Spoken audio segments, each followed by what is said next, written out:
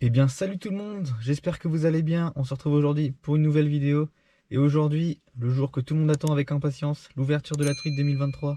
Donc pour ce faire, aujourd'hui, je vais être avec un copain à moi. Et puis on va pêcher principalement une rivière catégorie 1, voire sur certains secteurs un ruisseau parce que la rivière est vraiment pas très grande. Pour cette ouverture 2023, j'ai décidé de pêcher au toc. Parce que pour moi c'est la technique de pêche la plus efficace pour l'ouverture de la truite. En tout cas par chez moi. Donc c'est cette méthode-là que je vais utiliser aujourd'hui. L'objectif d'aujourd'hui, bien sûr, prendre un maximum de plaisir et puis essayer de faire le quota truite, c'est-à-dire prendre 6 truites, ce serait vraiment cool pour cette ouverture truite. Et donc mon pote qui va me rejoindre n'a jamais pêché de truite, donc ça va être l'occasion de lui faire prendre sa première truite. Ça va vraiment être mon objectif aujourd'hui, lui donner un maximum de conseils et puis lui faire prendre sa première truite, voir ses premières truites si on a de la chance. Si la vidéo vous plaît, n'hésitez pas à mettre un petit pouce bleu, vous abonner, ça fait toujours plaisir. Et puis bah moi je vous souhaite un bon visionnage pour les prochaines images qui vont venir. Allez, salut!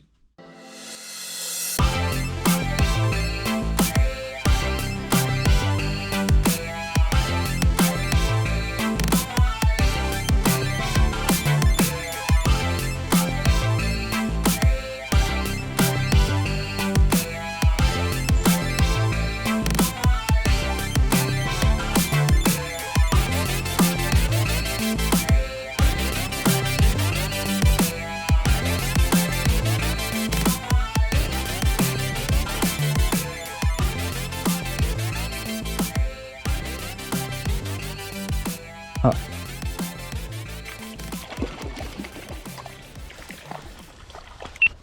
ça y est. Non, c'est bon, t'inquiète. Ouais, pas très grosse. Enfin. C'est une fario. Ah non, c'est une arc-en-ciel. Tu vois, je t'avais dit qu'ici. Tiens, vas-y, insiste. Hein. Tu insistes bien dans le trou d'eau au fond. Dans le trou d'eau, il y en a toujours ici. Même endroit que l'année dernière. Puis qui est sur le bord. Ah si, c'est une fario. Je dis n'importe quoi. Ah, t'inquiète. Allez, petite. Puis qui est vraiment sur le bord. Bon, elle est petite. Non, mais t'inquiète.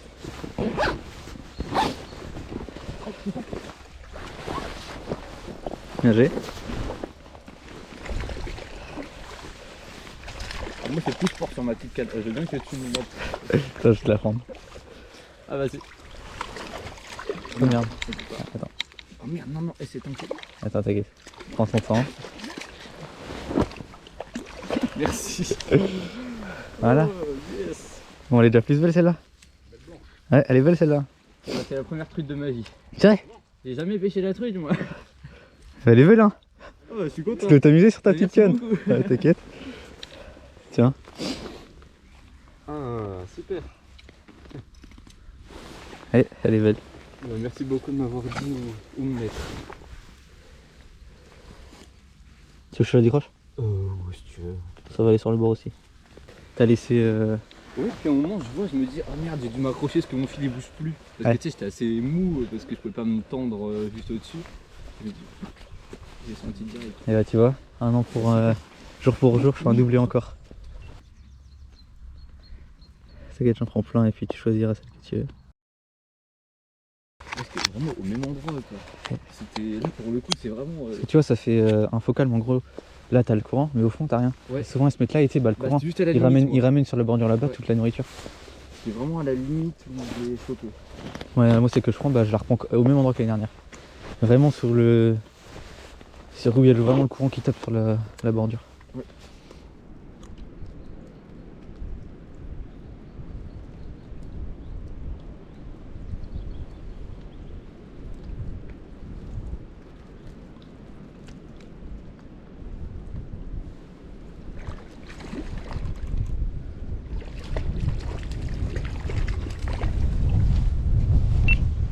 Poisson.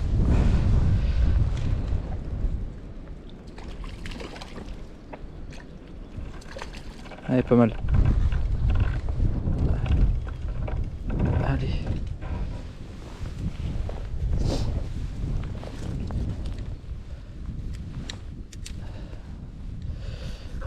Une belle arc-en-ciel. Fait les 30 cm. Poisson.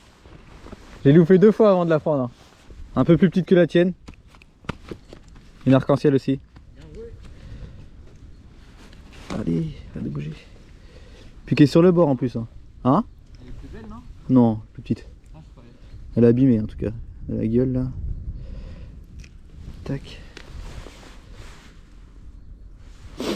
Oh, un peu plus petite. Ah, ok. Mais elle est pas belle hein. Elle a le museau à moitié abîmé. Allez vamos. 3ème truite de la journée. 2ème pour moi. Tu vois là, genre l'endroit là. Il y a toutes les racines. Ouais, Enfin, t'as 90% de chance de te coincer. Mais t'as aussi pas mal de choses. Et t'as aussi 90% de chance qu'il y ait une truite. Et toi le problème c'est que ça va trop vite, il y a trop de courant. Mais sinon tu vois ça c'est des coins d'eau qui sont intéressants. Dans un contre-courant, ouais. Surtout que tu vois le courant il ramène tout sur les racines. Mm. Du coup c'est toute la nourriture vient là. Donc si une truite toi se met derrière les racines elle est bien. Mais bon là on va prendre le risque de me coincer là-dedans. Mais sinon tu vois c'est intéressant comme donc tu vois les souches comme ça là. Enfin les souches. Les berges plutôt. Toi. Là tu viens passer en dessous. Tu passes dedans. Ah oui, ok. Ouais, donc je me suis coincé, tu vois. Et tu coinces dedans comme ça. Et encore là, tu vois, elles sont pas trop creusées. Mais tu vois que le courant, ça creuse à force avec les années. Et en gros, c'est là qu'elles se mettent. Bon, après, là, toi, c'est chiant parce que les racines, les plantes, elles dépassent, tu vois. Mais sinon, tu viens là, comme ça, là-dedans. Tu te mets comme ça. Et ton appât, il passe en dessous. Ouais, je vois, ouais. Ah, puis avec le courant, il est automatiquement mis. Et s'il y en a une, elle sort. C'est ça, surtout ce qui est intéressant ici, tu vois, quand t'as pas de souche. Genre là, t'as pas d'arbre, t'as rien, là, c'est tout plat. Donc c'est là qu'il faut. Parce que là, elles vont pas être en plein milieu. Enfin, il peut, mais c'est rare. C'est ça qui est intéressant dans cette pêche. Toi, là, par exemple, c'est pareil. Là, c'est pareil, tu vois. Là, la bordure, on la voit. Ouais, mais tu vois, là, on voit. Mais là, toi, il y a un trou après. C'est l'avantage, là, on le voit qu'il y a un trou. Là. Ouais. Donc après, c'est pareil, il y a des racines. Après, ça ne viendra pas. Hein. Mais c'est des camps qui sont intéressants. C'est le seul trou d'eau qui apparaît ici, donc faut le faire.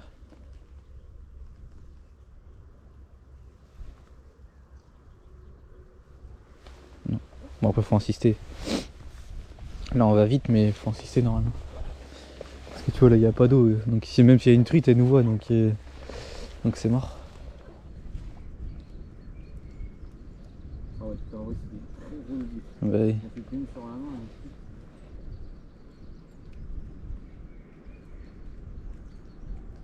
Oh, ça tape. J'ai un poisson, je crois, ouais. Poisson. Oh, bien joué. Ah, ça, elle est belle.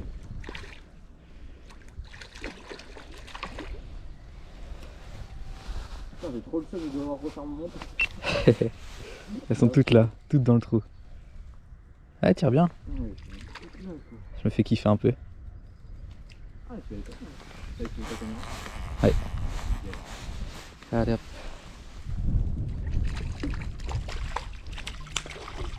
Tu veux que je te les plie? Non, t'inquiète. Oh, elle est lourde celle-là. Un petit steak. 3ème. Ah, je pense que c'est la même taille que l'autre. En tout cas, elle a des plus belles couleurs.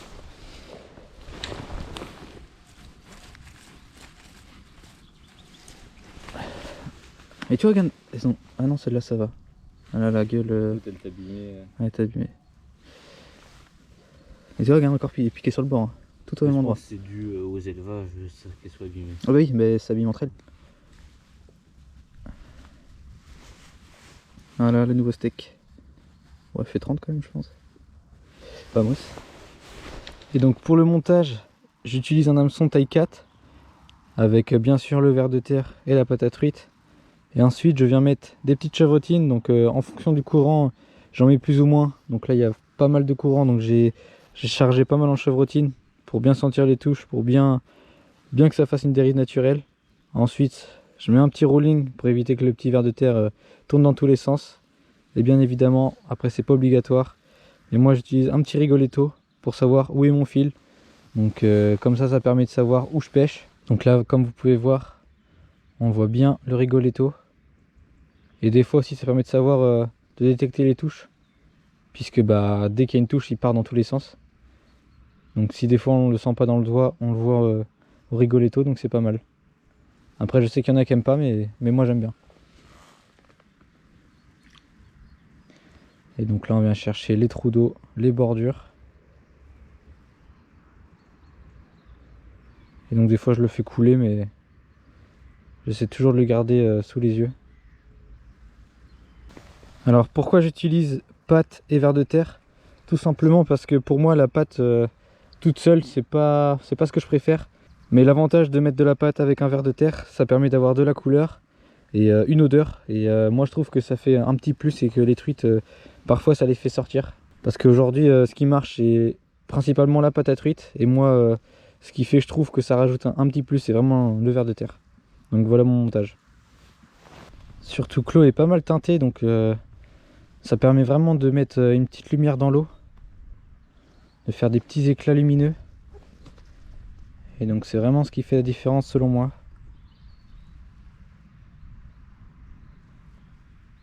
Donc là je n'hésite pas à venir gratter les bordures. C'est souvent là en cache-cache. Et sinon je laisse dériver avec le courant. Donc là vous voyez je fais aucune action de pêche. C'est vraiment le courant qui fait tout. Et après avec mon doigt je viens plus ou moins baisser le fil.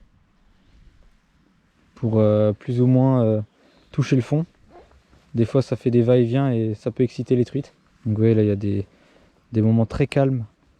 C'est là que les truites peuvent se cacher aussi.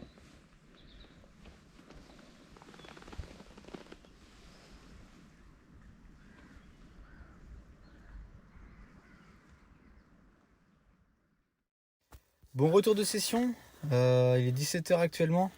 C'est fin de journée pour moi, malheureusement que 3 truites aujourd'hui. Mon copain qui en prend une, mais très compliqué aujourd'hui. J'ai essayé de sonder les gens sont à peu près à 1, voire 2, voire 0 truite. Donc très compliqué, il fait très froid.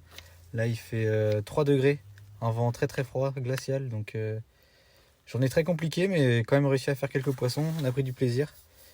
Donc voilà, merci à tous d'avoir regardé cette vidéo et puis moi je vous dis à la prochaine pour une nouvelle vidéo. Allez, salut!